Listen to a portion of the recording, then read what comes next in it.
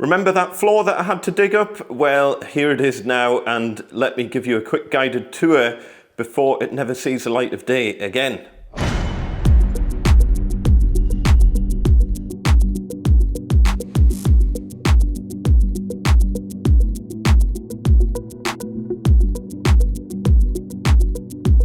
Hiya folks, welcome back to the show. So if you remember from a couple of videos back, I had to dig up the kitchen floor due to damp issues and the damp course being bridged and damp seeping up through the old concrete floor and causing all sorts of issues in the walls. And the only sensible decision was to dig that floor up and put in a nice new timber suspended floor with lots of ventilation and whatnot. And you are joining me now at the very last stages of this project. So I wanted to take you through a few of the things that I'm doing before this all gets covered up and you never get to see it again. I'll give you a grand tour of everything I've done, including all of the junctions through to the old rotten joists and all that. I'll give you a grand tour of all of that later on and I'll explain exactly what I've done.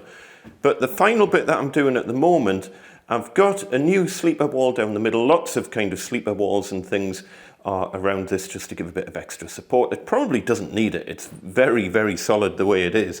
But I figured, you know, there's going to be a washing machine over here. It's going to be subject to a certain amount of vibration.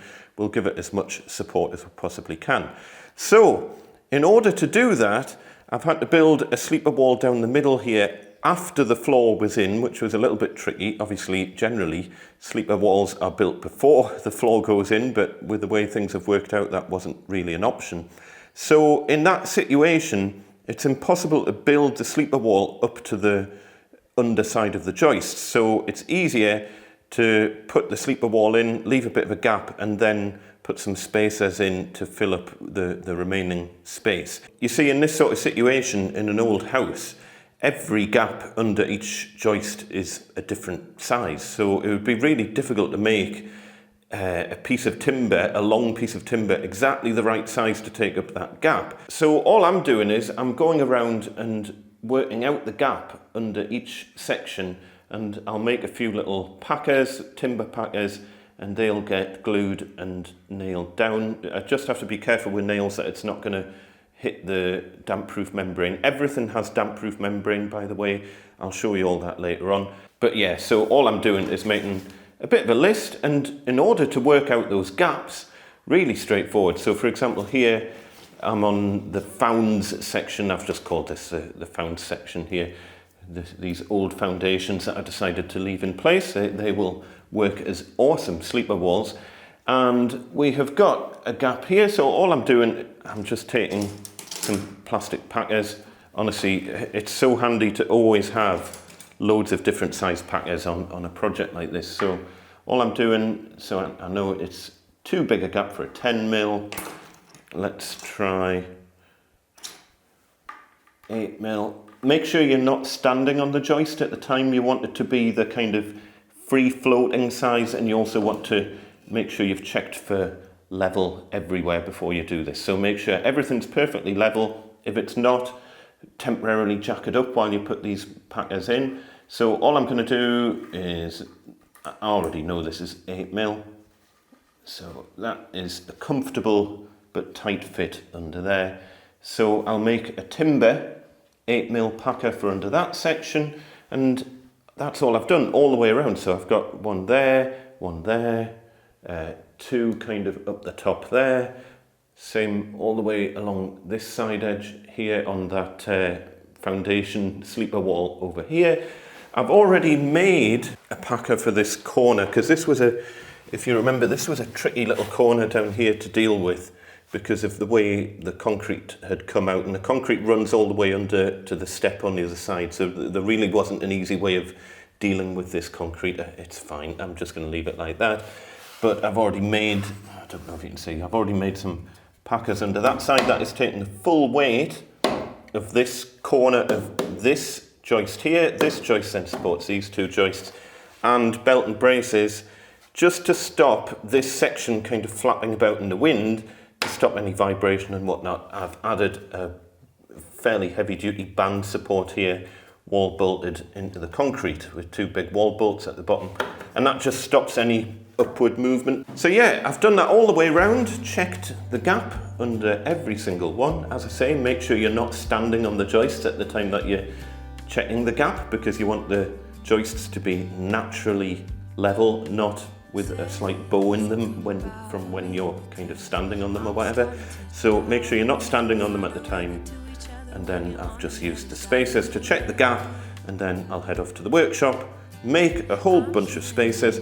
Luckily, this space all the way along there is 18 millimeters, which is perfect. Nice standard size piece of wood will go neatly under that. So I'm going to get all of that fitted, and then I'll come back to you and give you a guided tour of everything I've done.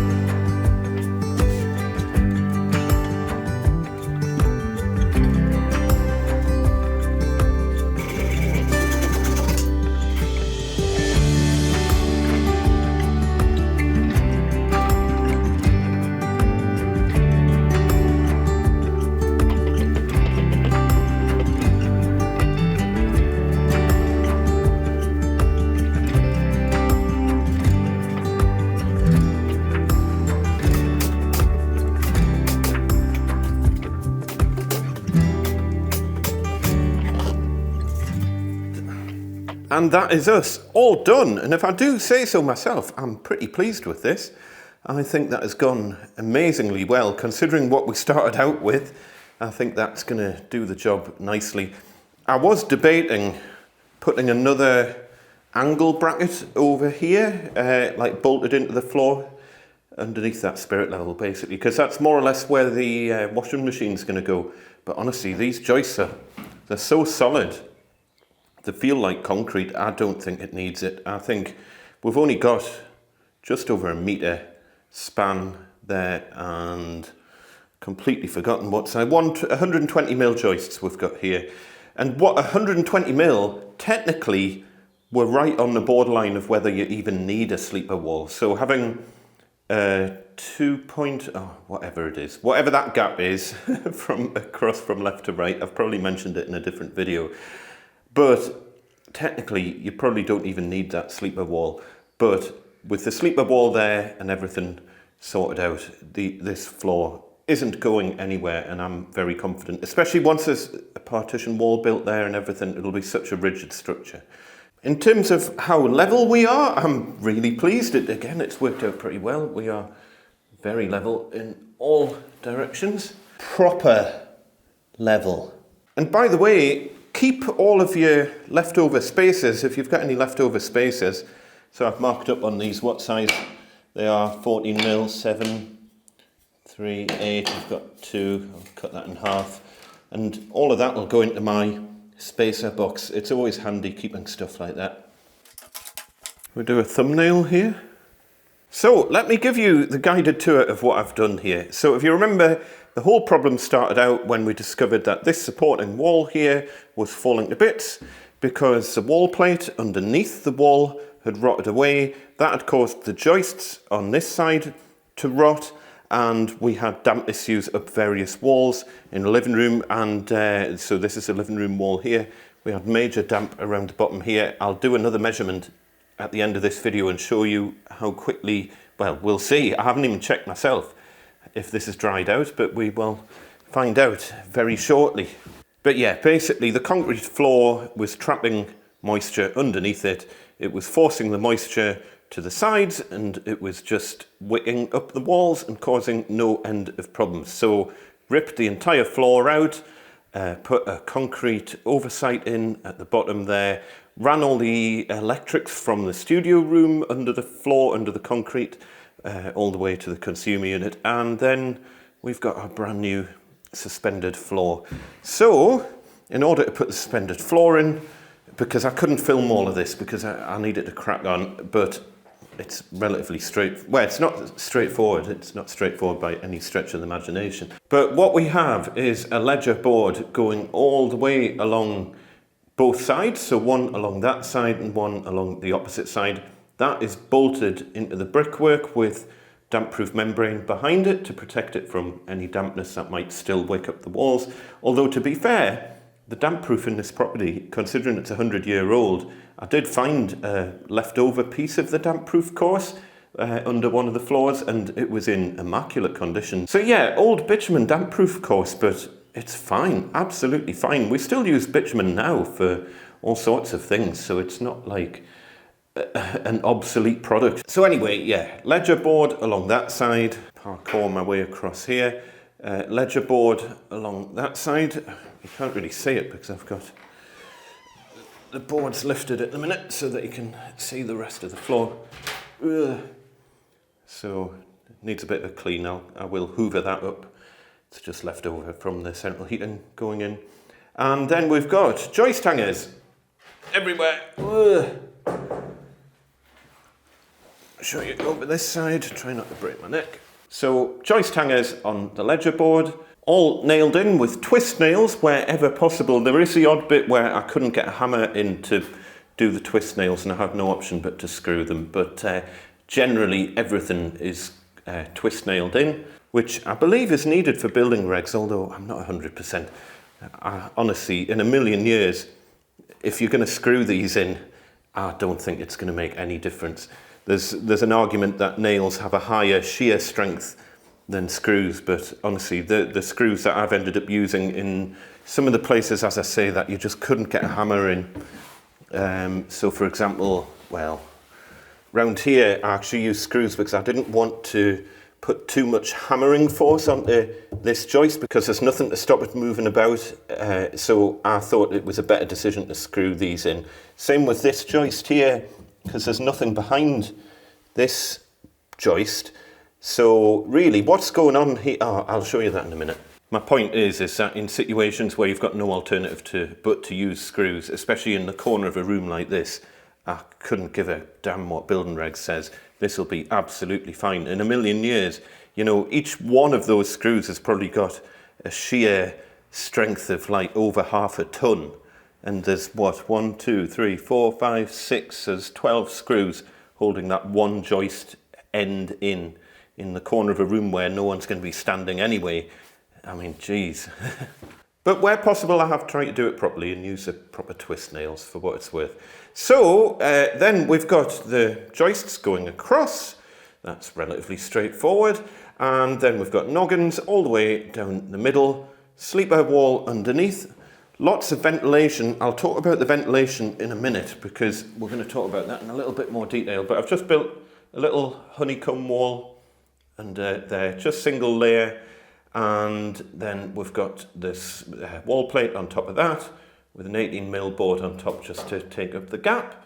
That's gas and central heating pipes that are running through that little gap there to the new boiler. Where possible, by the way, I've glued down any of the packers and things that are on the sleeper wall just because technically there's nothing to stop that bit of wood just being knocked off. Not that it's going to go anywhere, but I mean, I might add some, well, I will add some physical fixing through at some point, so that's another job I need to do, but I haven't got, ironically, I don't think I've got any screws long enough, so I will add some mechanical fixing through into the wall plate just so that that can't get knocked anywhere, basically, but it doesn't really serve any purpose other than stopping it from falling off. And then over here, you probably saw that I've nail gunned this on because there's not really enough meat in this to screw into that. But so it's just some little nails and glued in. Again, it's just to stop that board from getting knocked. You know, if someone's doing work under the floor at a later date, they could end up knocking one of these out of place and then suddenly your floor's not level anymore. Again, all of these have damp-proof membrane underneath. This sleeper wall in the middle has damp-proof membrane under. You can just about see it at the end there. So that is damp proof. Basically everything that touches the floor. We've talked about these little bits over the old concrete foundations that we still don't know what those were for, but I thought it's a nice thing to leave. You know, it's a bit of history of the house. I like to leave stuff like that. We've got a few bits at the edge here. I just had to work my way around the electrics here and the studio room electrics as well. So I had to build these little bits in just to support the floor that's going to go right to the edge there because that joist couldn't get any further along, basically.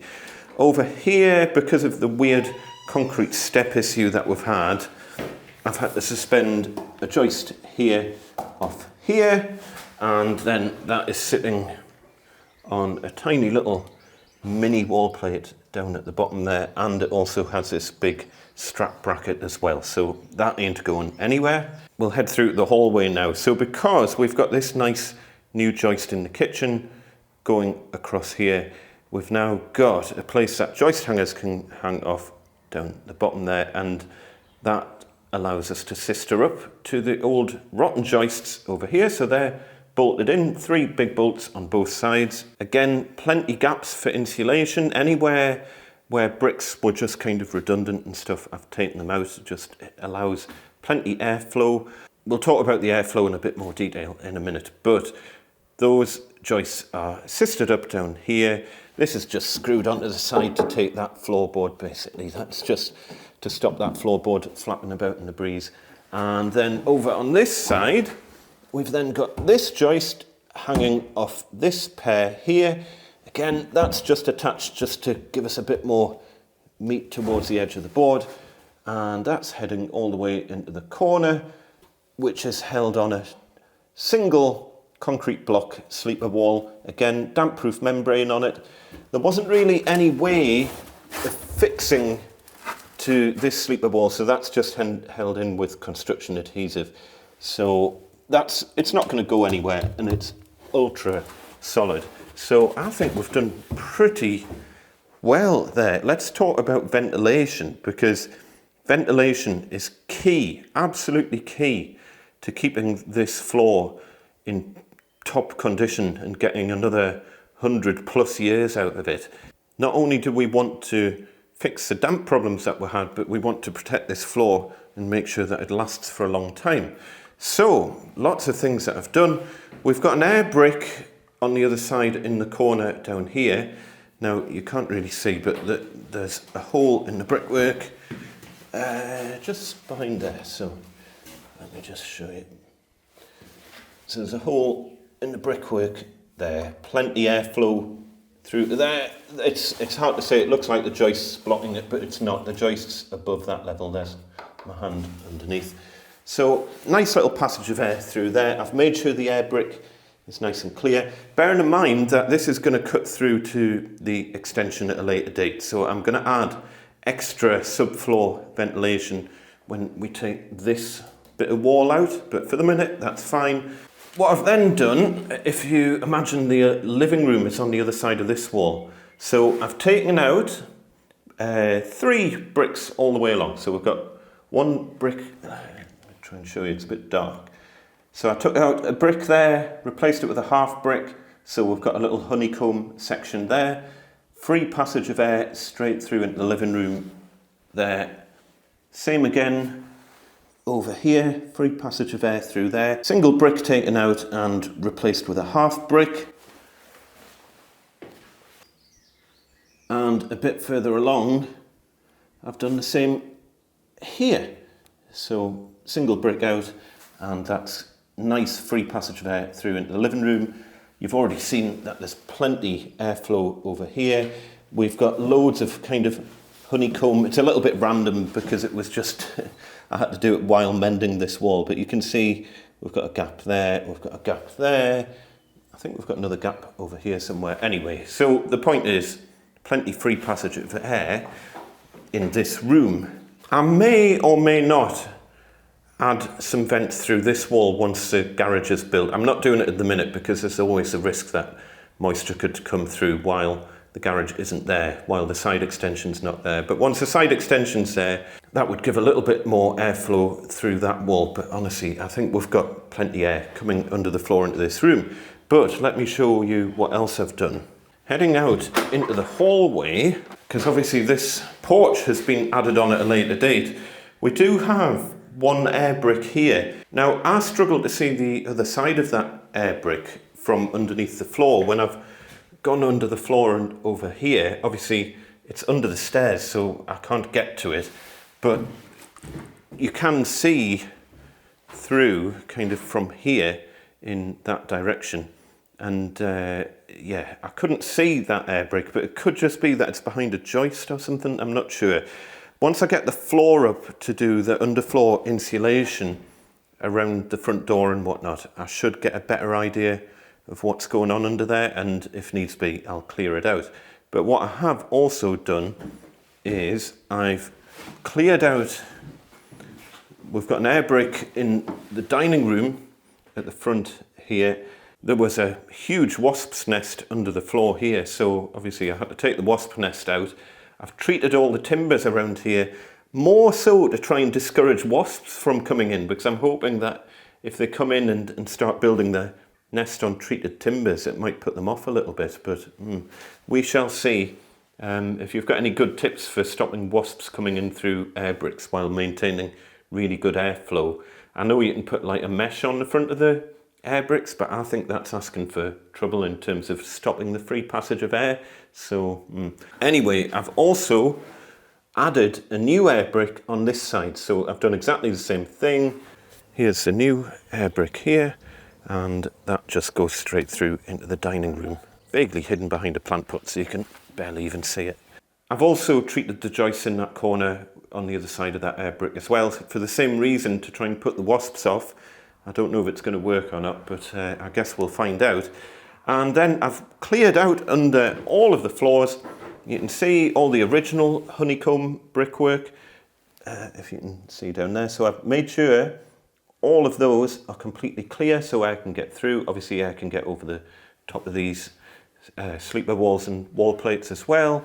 Here's the opposite side of this wall, and that's leading through into the living room. As you can see, nice honeycomb brickwork under there. All the timbers are absolutely in tip-top condition, so nothing to worry about on that side. And we've got a nice kind of airflow through into the living room and then through in the living room itself. So here was the problem wall that we had. And as mentioned before, I've added the honeycomb brickwork on the underside of that wall. So we've got easy airflow through that wall and through the dining room wall. Here's the other side of the dining room wall. Look at that. That's what good ventilation looks like, folks. All of the honeycomb brickwork is completely clear. It wasn't clear. Most of those holes were blocked with builder's rubble and all sorts of rubbish, but they're all nice and clear now. And then you can't really see what's going on here, but on the other opposite side of that wall, we've got two nice big air bricks in this wall, but obviously this wall's coming out, so I can sort out ventilation on this side when we take that wall out. So I think we're good. And of course, through the magic of video, we'll fast forward a couple of weeks and the room's been fully plastered. I've started insulating under the floor, and the final thing to check is how that wall is doing and whether or not it's dried out as a result of all the work that we've done here. This room is all now fully replastered. It was only plastered a week ago, so the plaster is still a little bit damp, so don't read into this too much. I've got my trusty damp meter here, slightly dodgy damp meter. Let's just see. Remember, it was about 30% or thereabouts before. Let's see how we're doing now. 8%, 9%.